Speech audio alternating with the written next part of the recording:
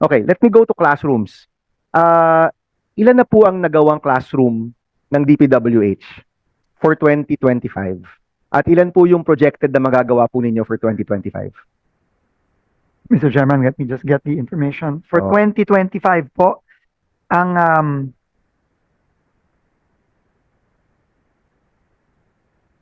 ito ba no? Baban to. So, for 2025 po, out of 1,700 na dapat gawin, 22 pa lang po ang completed at 882 po ang ongoing. Okay, October na. Seka, so marami po akong tanong, Secretary Dizon. I have a lot of questions, no? But let me begin with yung mga flood control visits po ninyo, no? Nakarami ho kayo and susubaybayan po namin yan. In fact, may mga ilang lugar, medyo nagalit nga kayo, kagalit-galit naman po talaga. May natuklasan po ba kayo na maayos na flood control? Meron naman o wala? Meron po. Meron. Meron po. Can you tell us ano yung mga lugar na puntahan mo na problemado at ano yung lugar na puntahan mo na maayos naman, no? Without prejudice to your continuing investigation.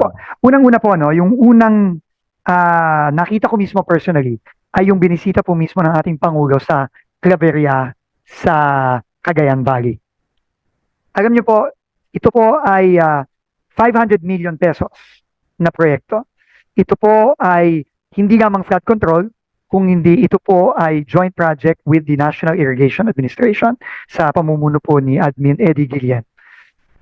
Alam niyo po, nung nakita ko po ito, I could not help myself but inform the President that the President has to see it himself.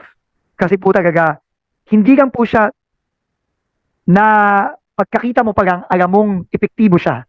Pero yun pong mismong mga tao doon, yung mga magsasaka lalo na, nung natapos po ito last year, no, itong proyektong to, simula po ito ng 2023, natapos po ng 2024, no, tinanong ko po yung mga magsasaka doon. At ang sabi po nila, bago po dumating itong proyektong ito, no, it is a series of water impounding projects, no, mga dam po, no, may malaking dam, may dalawang maliit, tatlo po sila, no, upstream puntang downstream.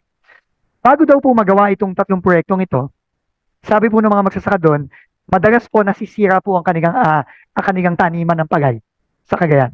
Pero nung pong nagawa ito, talaga pong nape-preserve na po yung kanilang pag-aani at nabibigyan pa sila ng year-round irrigation. So this is a perfect example of a flood control that really worked.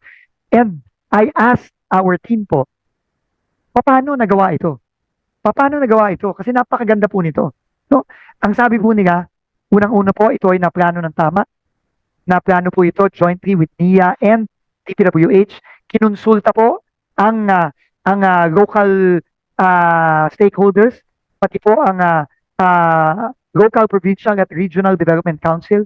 At ito po ay na-implement on budget and on time. Ito po ay natapos ng within 14 months lang po, Mr. Chairman. At 500 million lang po, pero napakalaki po ng tulong na ginawa nito sa ating mga magsasaka sa Cagayan Valley. Kaya isa po itong example. Ang isa po pong example, yung pong binisita ni Pangulo din mismo sa Marikina.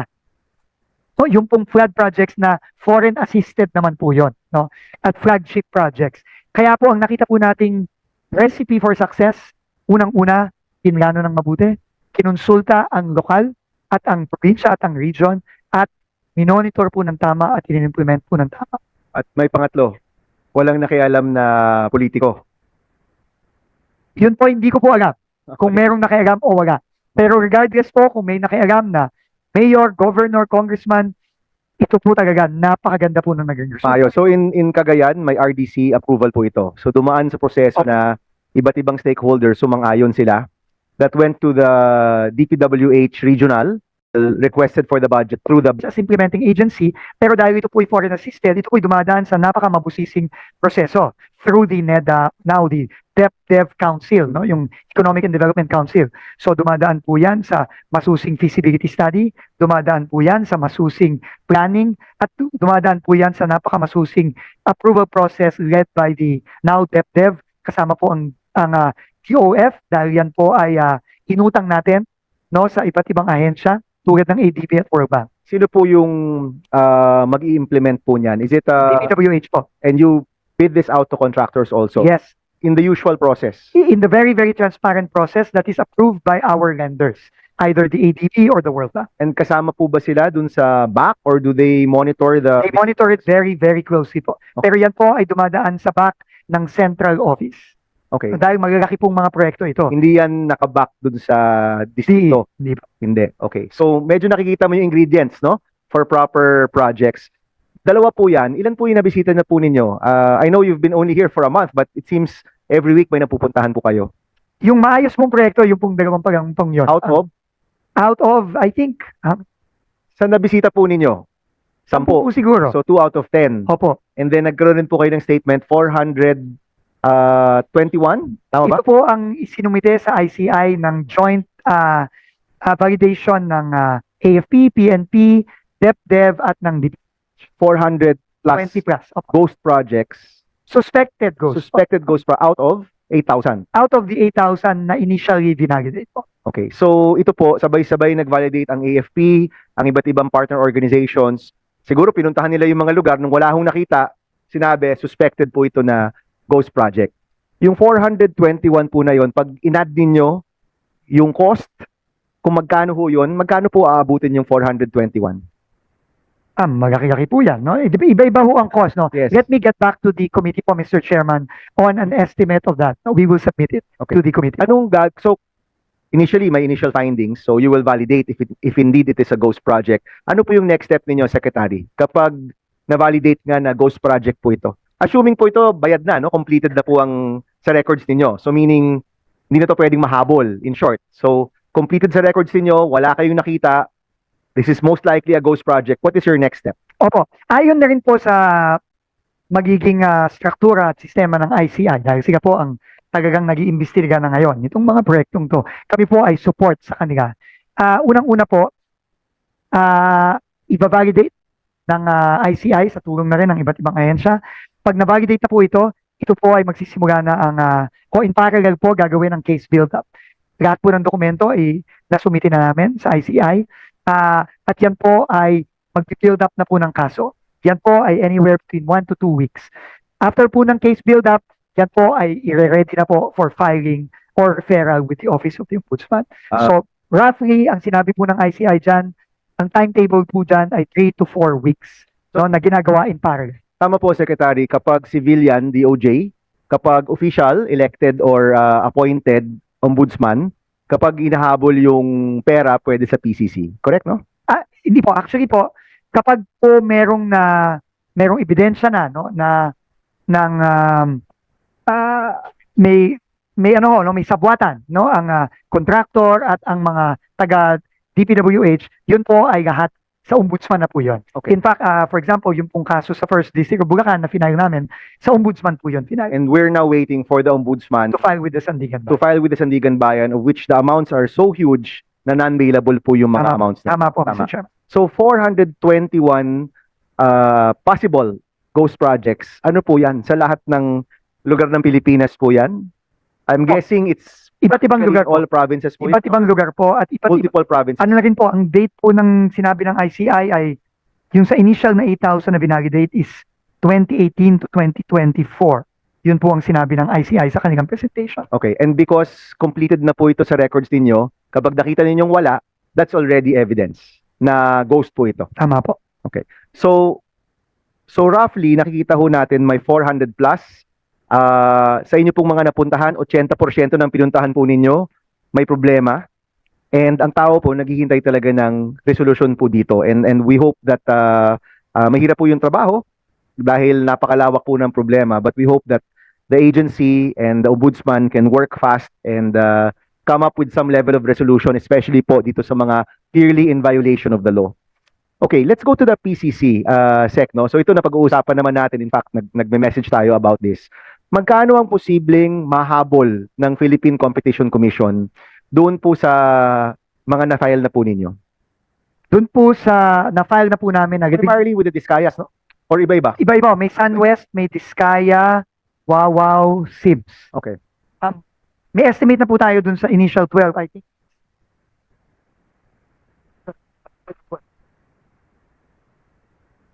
$2.5 billion po Doon pa lang po sa labing-dalawang proyektong yan. Okay, 2.5 billion just for 12 projects or just for 12 cases. And multiple projects per case. Just for 12 projects. Just for 12 projects. 2.5 billion na yung posibleng makuha. 12 projects po. Okay. So, well, kung 421 po yan, eh talagang hundreds of billions yung pwede nyo pong ma-recover. No? Kasi sec, mahalaga tong parte ng proseso tsaka ng hinahanap ng tao. No? Hindi lang na makulong yung kasangkot, pero mabalik rin yung pera. So, this is a way for us to get that money back. Correct po, no? Absolutely po, Mr. Chairman. If the PCC rules on this, ano po yan? Isi-sheriff po yung assets ng mga nakasakdal. Tama po? Tama po. And the sheriff can get properties, vehicles, bank accounts. Iba-iba po yan, no? Pwede pong kunin para makuha itong perang ito. Tama po, Mr. Chairman. And I don't recall in the law, okay? And I don't recall in the law, but yung nakuhang pera ng PCC, is it remitted to the National Treasury or it stays with the Competition Commission? Pagkakaalam ko po ay babalik po ito sa Treasury. Okay, so we do want to see this as soon as possible. At papaalala ko lang po, preponderance of evidence lang po yung bar ng PCC, hindi beyond reasonable doubt. So kaya po talaga nilang umaksyon ng mabilis, no? Okay, let me go to classrooms. Ilan na po ang nagawang classroom ng DPWH for 2025? At ilan po yung projected na magagawa po ninyo for 2025? Mr. Chairman, let me just get the information. For Oh. 2025 po, ang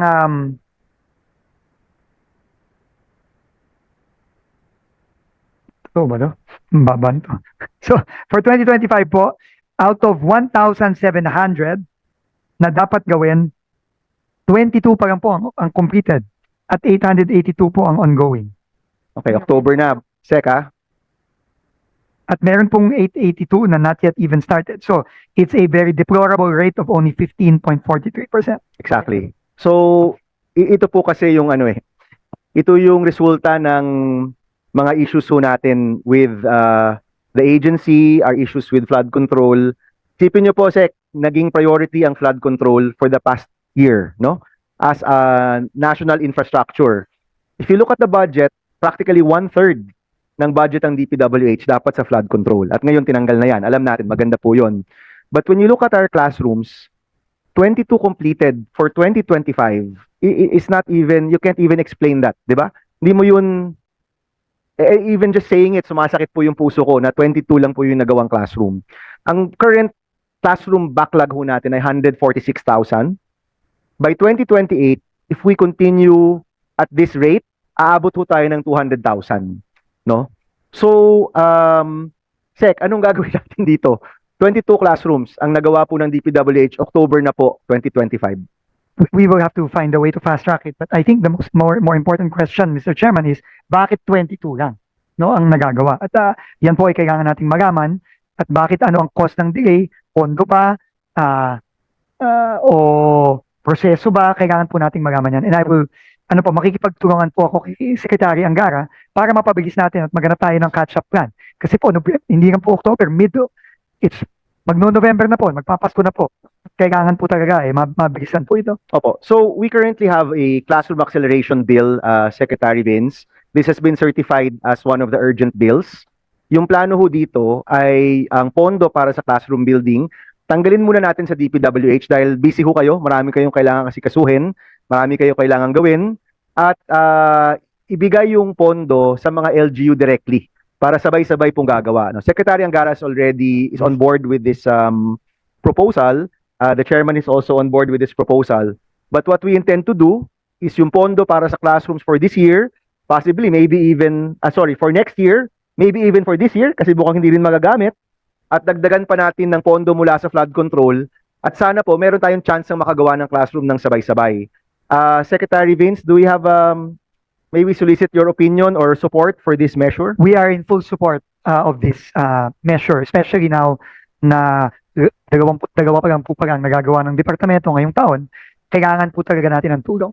No? At hindi lang po mga partnerships with LGU. Tingin ko po, nag-usap na rin po kami ni Secretary Sani Angara tungkol dito. Tingin ko po kailangan mag-aggressive PPP din po tayo. Yes.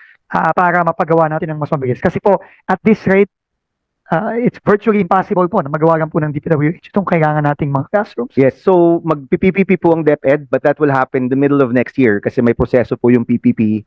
In the meantime, what we want to pursue is reallocating that budget for classrooms at direct download sa hundreds, if not, most of the LGUs kasi lahat po sila, practically lahat mayroong classroom gap.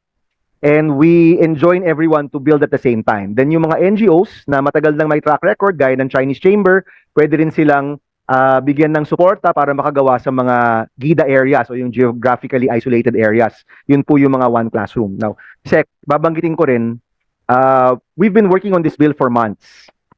Ang presyo sa DPWH is roughly at about 3 million and above. Nasa 3.5 million per classroom. Panahon pa po ni Secretary Bonoan, binabanggit ko na po ito. No? The NGOs can build classrooms at less than 1.5 million pesos. Of course, iniintindi namin yung differences. Meron namang differences in fairness. When we were about to sponsor this bill, sumabay po yun dun sa Blue Ribbon hearing na binanggit nung Bulacan District engineers na nag-overprice sila ng kanilang specs. So we didn't push through with the sponsorship. Instead, inaral namin yung design.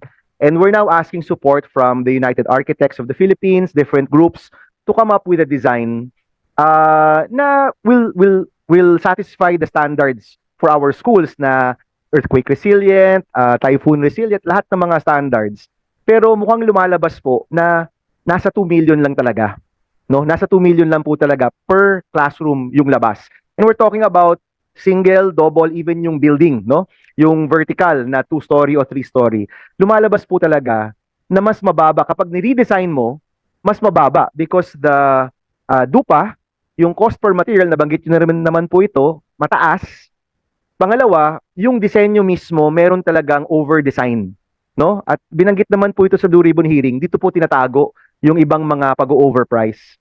So kung classroom pa lang, kailangan na ng pag-redesign or paghalungkat ulit nung pagdisenyo, plus yung presyo per material, isipin nyo po yung trabaho po ninyo, parang napakalaki talaga, napakalaki ng kailangan yung gawin if you will try to look at all of the designs again and all of the prices again, Secretary. You're absolutely right. And Mr. Chairman, if I may be frank, ang inutos po ng Pangulo sa akin, hindi depensahan ang DPWH. Ang utos po ng Pangulo sa atin ay reformahin ang DPWH at baguhin ang DPWH. At lahat po ng sinasabi nyo is absolutely correct po. At kasama po sa reforma ay yung pagbabago sa presyo. Kasi po, sabi nga po na kanina, hindi na po taon ang binibilang dito. Dekada na po ito. Dekada na po ito na paulit-ulit. No, so I think with the help of the Senate and the will of the President to get these reforms done, I think po, magagawa na po natin ito once and for all. Sec, in the last time tayo nakita, I don't remember if it's Blue Ribbon or DPWH, nabanggit niyo po na ipapublish niyo yung, is it CMPD?